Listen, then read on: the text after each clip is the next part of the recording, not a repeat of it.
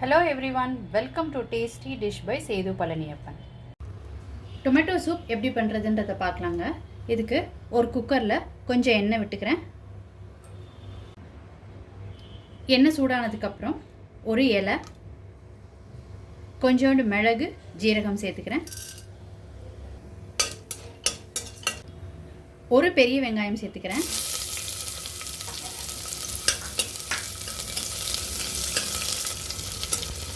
வெங்காயம் கொஞ்சம் colour change ஆகட்டும், அது வரைக்கும் வதக்கிக்கோங்க.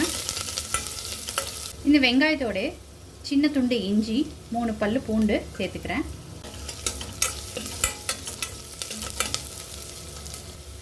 வெங்காயம் ஓரளவுக்கு நிறம் மாறிடுச்சு. இப்போ இதில் 2 டேபிள் ஸ்பூன் கேரட் சேர்த்துக்கிறேங்க. இது ஆப்ஷனல் தான், நீங்கள் வேணும்னா சேர்த்துக்கலாம், இல்லாட்டினா ஸ்கிப் பண்ணிக்கலாம்.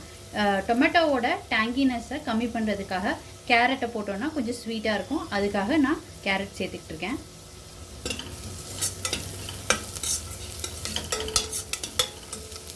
இப்போ இதில் 4 பெரிய தக்காளி சேர்த்துக்கிறேங்க.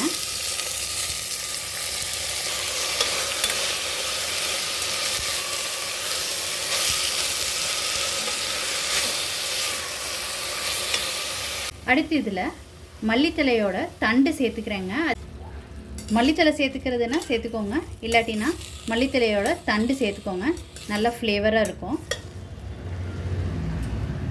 அடுத்து இந்த டிஷ்ஷுக்கு தேவையான உப்பு சேர்த்துக்கிறேன். ஒரு பிஞ்ச் மஞ்சள் தூள் சேர்த்துக்கிறேன். இதை நல்லா கலந்து விட்டுக்கிறேன்.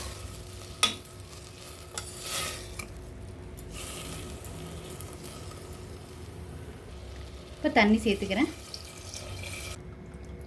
தண்ணி சேர்க்கும்போது வார்மான தண்ணியை பார்த்து சேர்த்துக்கோங்க, பச்சை தண்ணி சேர்க்காம. இது எல்லாத்தையும் நல்லா கலந்து விட்டுட்டு ஒரு கொதி வரட்டுங்க. இப்போ நல்லா கொதிச்சுட்ருக்குங்க. குக்கரை மூடி 3 விசில் விட்டுக்கலாம். இப்போ இது நல்லா குக் ஆகிடுச்சு. இது கொஞ்சம் நேரம் ஆறட்டும். ஆறுனதுக்கப்புறம் இந்த இலையை பே லீஃபை ரிமூவ் பண்ணிடலாம். ரிமூவ் பண்ணிவிட்டு மிக்ஸி ஜாரில் சேர்த்துட்டு அரைச்சிக்கலாங்க.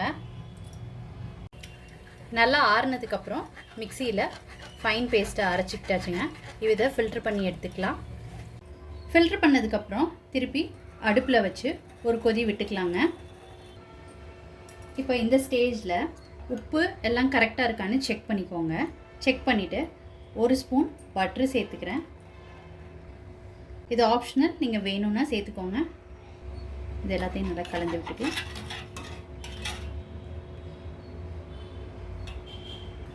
சூப் ஒரு கொதி வர ஆரம்பிச்சிருச்சுங்க. நான் ஆஃப் பண்ணிட்டேன். இது கரெக்டான கன்சிஸ்டன்சியில் இருக்குது. ரொம்ப சூப்பராக ஹோட்டல் ஸ்டைலில் டொமேட்டோ சூப் ரெடி ஆகிடுச்சுங்க. நான் ப்ரெட்டை கீயில் டோஸ்ட் பண்ணிவிட்டு வச்சுருக்கிறேங்க.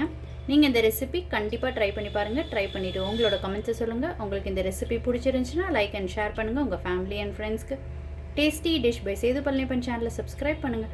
நோட்டிஃபிகேஷன் பெல்லை கிளிக் பண்ணுங்கள் for more videos. Thanks for வாட்சிங்.